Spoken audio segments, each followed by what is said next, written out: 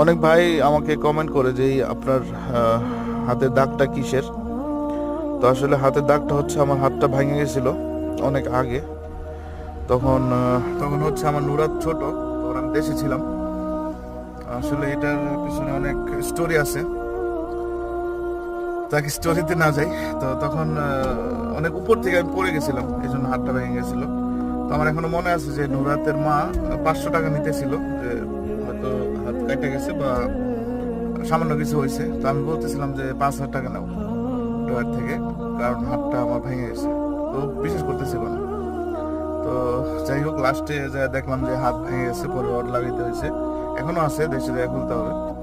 তবে এই হাত ভাঙার মাধ্যমে আমি অনেক শিক্ষা পাইছি, অনেক কিছু বুঝছি। লাইফের বাস্তবতা কতটুকু কে আপন কে পর, এই হাত ভাঙার পর আমি বুঝতে পারছি।